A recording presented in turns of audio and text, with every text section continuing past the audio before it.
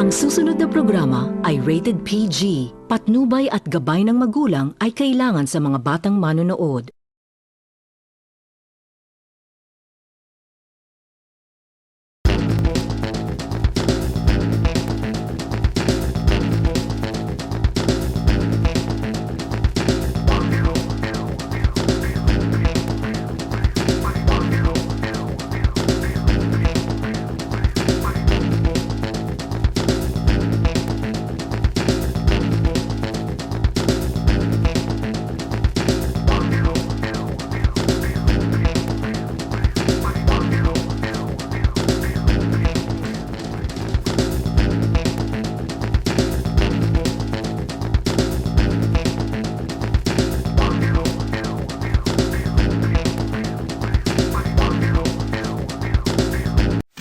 Ang lahat nang bumili si alias Jane ng mga tabletang pampaputi mula sa Home TV Shopping at ito'y i-deliver sa kanyang bahay nung 1 taon. Hindi naglaon at sa 4 na buwang pag-inom ng pampaputi na iyon ay hindi naman daw pansin ang pangakong pagputi ng kanyang balat at ang masama, may mga tumubong bukol-bukol pa sa kanyang mukha.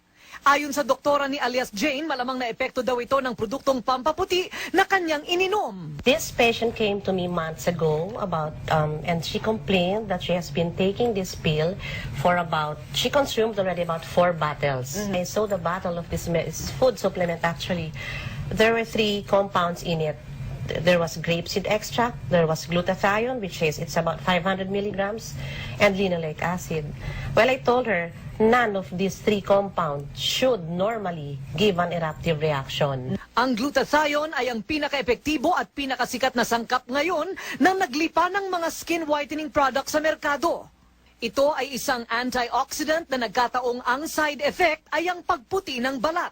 Sa paghahanda ni alias Jane na magreklamo sa Bureau of Food and Drugs dahil sa nangyari sa kanyang balat, ay bumili siya at nagpasuri ng iba't ibang produktong pampaputi kasama ang kanyang ininom na brand na Vaniderm. Mula sa Philippine Institute of Pure and Applied Chemistry o PIPAC sa Ateneo de Manila University, lumabas na ang brand na Vaniderm na nagsasabi sa bote nito na mayroon daw 500 milligrams na glutathione ang bawat isang kapsula ay 5.4 milligrams lang ang nakitang laman. Biglang tingin, sino mag-aakalang peke ang iPhone na ito? Sa halagang 2,500 pesos, maaari na itong mapa sa iyo. Sa unang tingin, halos walang kaibahan yung original na iPhone sa iPhone na mabibili mo dito sa bangketa. Yun nga lang kapag in-on mo na yung telepono, makikita mo na merong kaibahan yung kanilang interface. Pero yung mga applications na meron sa isang original na iPhone, nandito rin. Halimbawa, parehas na may tatak ng Apple sa likod. Pati mga control buttons, parehas. Yun nga lang, tila mas mabagal daw ang processor ng peking iPhone. Kung presyo lang daw ang pag-uusapan, di hamak na mas mura ng halos 20 beses ang imitation.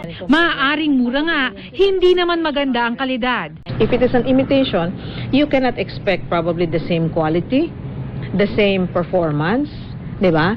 Nang posible kang magreklamo later on. Kung bibili ka man, maayos yung resibo, merong pwesto.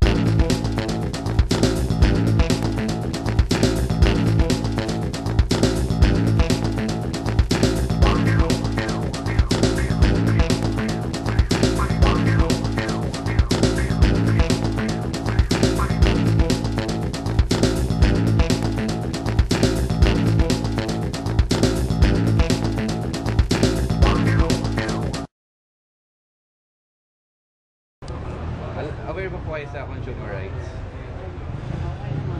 Aware ba po kayo sa consumer law sa Pilipinas? Ayos naman. Isip kapag sinasabi ang consumer rights. Diba sa consumer's rights? Medyo. Aware po ba kayo sa consumer law?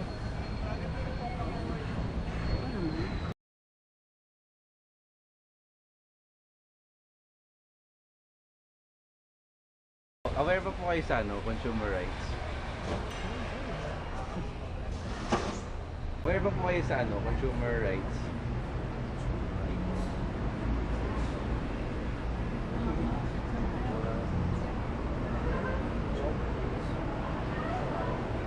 Sa consumer law po.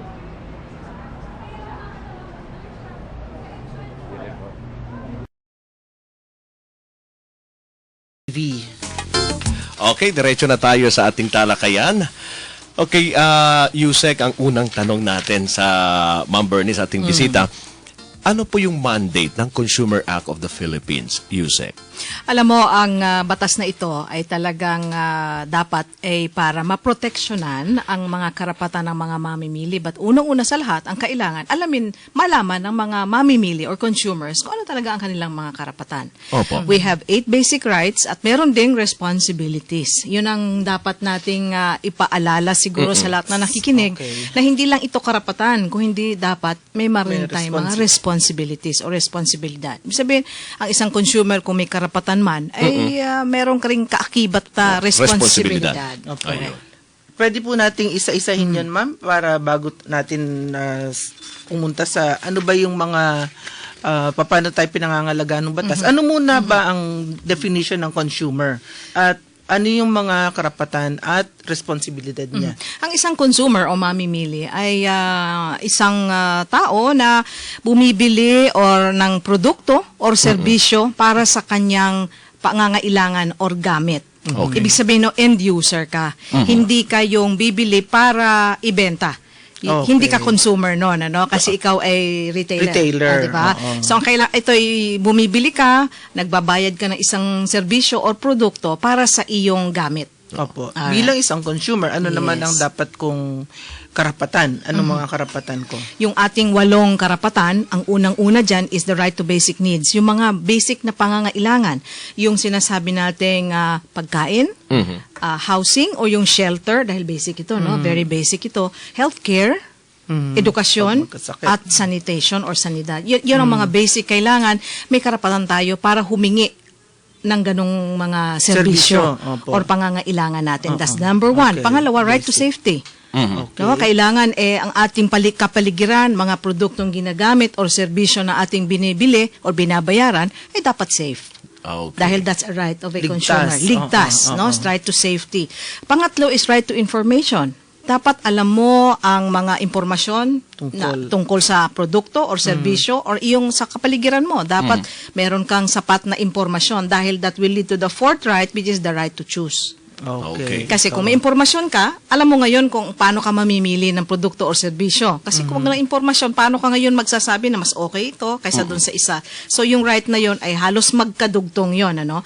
At pagkatapos yung panglima is the right to representation. Ibig sabihin nun dapat ikaw ay napapakinggan. Ito yung ating actually tema ng Consumer Welfare Month ngayon. Ang celebration natin ay ang tema ay get organized, be heard, be empowered. Ibig sabihin nun, we encouraging consumer organizations. Kasi alam mo naman Pilipino, mahiyain. Yan ang talagang very basic sa atin, napakamahiyain. Pangalawa, kung nag-iisa lang, sasabihin ko nakabili ako ng produkto, hindi na lang ako bibili ulit. Sige na lang. Diba?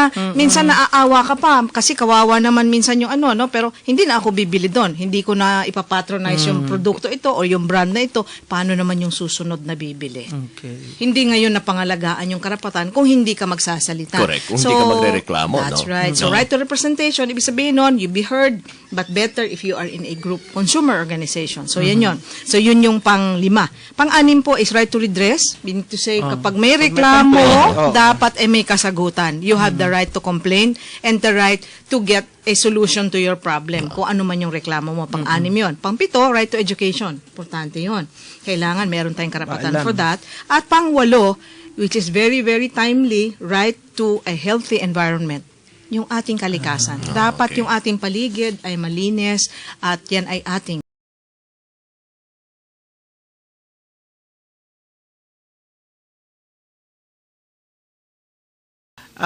responsibilidad. Sabi. 5 yun. Oo, No, 5 naman. 5 yun. So, ang unang isa dito ay critical awareness. Dapat alamin mo kung anong nangyayari sa palibot mo. Hindi pwede yung Walang pakialam. wala kang pakialam. That's a responsibility. Hindi pwedeng may ibang mangangalaga ng karapatan mo at ang iyong kung dapat ikaw rin mismo, no? So, that's critical awareness. Action. is a second responsibility. Kung may may nangyaring sa iyo, ikaw na biktima, take action dahil that's a responsibility. Di ba? Pangatlo, social concern. Siyempre, dapat makialam ka sa nangyayari sa iyong palibot. Pang-apat, environmental awareness. Okay. No? Hindi yung reklamo ka ng reklamo, tapon ka naman ng tapon ng basura o you don't even know how to segregate waste. Tapos puro ka reklamo na hindi quality. Yan yung sinasabi ko, dapat mag-organize. So yun yung responsibility. So hindi puro reklamo. Dapat Alamin din natin, umaksyon ka rin. may responsibilidad din ang Yes. bawat consumer.